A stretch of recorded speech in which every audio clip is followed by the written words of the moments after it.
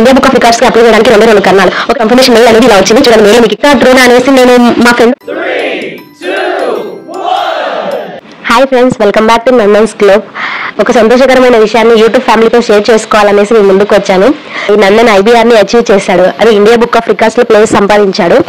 So India book of records కి apply చేయడానికి రెండు కారణాలు. ఒకటి, నేను ఎప్పుడు న్యూస్ పేపర్ లో చూసినప్పుడు 3 years old baby 4 years old baby IBR ని అచీవ్ చేశాడు, ఇండియా బుక్ ఆఫ్ రికార్డ్స్ లో ప్లేస్ సంపాదించాడు. ఇలా న్యూస్ పేపర్ లో చదివినప్పుడు నందని కూడా ట్రై చేద్దాము, అంటే నందని కూడా అప్లై చేద్దాం అనేసి ఉద్దేశం ఉండేది. దట్టు మా వదిన కూడా అనమాట. ఫేస్బుక్ లో ఉన్నటువంటి రీల్స్, యూట్యూబ్ లో ఎవరైనా India book of records holders ఉంటాయి కదా, అలా చిన్న పిల్లలు చూసినప్పుడు మాకు పంపించేది మా వదిన.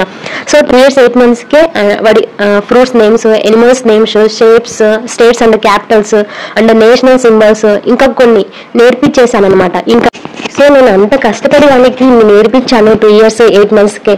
సో మనం కూడా అప్లై చేసి ట్రై చేద్దాము. అంటే చిన్న విషయాలే కదండి నందనికి ఫ్యూచర్ లో ఇన్స్పిరేషన్ ఇచ్చేది.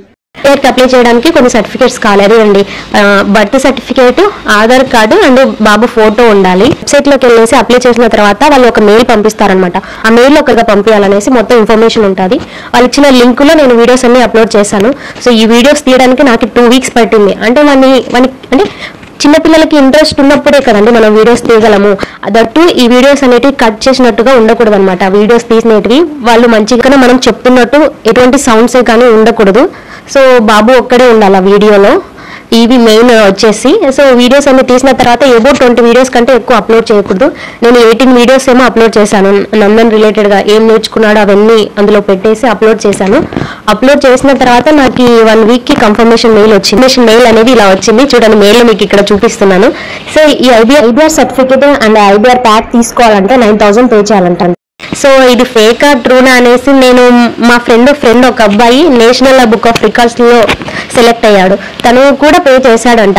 అంటే ఆ ప్రాసెసింగ్ ఫీ అనేది ఖచ్చితంగా ఉంటుందంట. నేషనల్ బుక్ ఆఫ్ రికార్డ్స్ లో కూడా ప్రాసెసింగ్ ఫీ ఉంటుందంట. IBR లో కూడా ఉంది.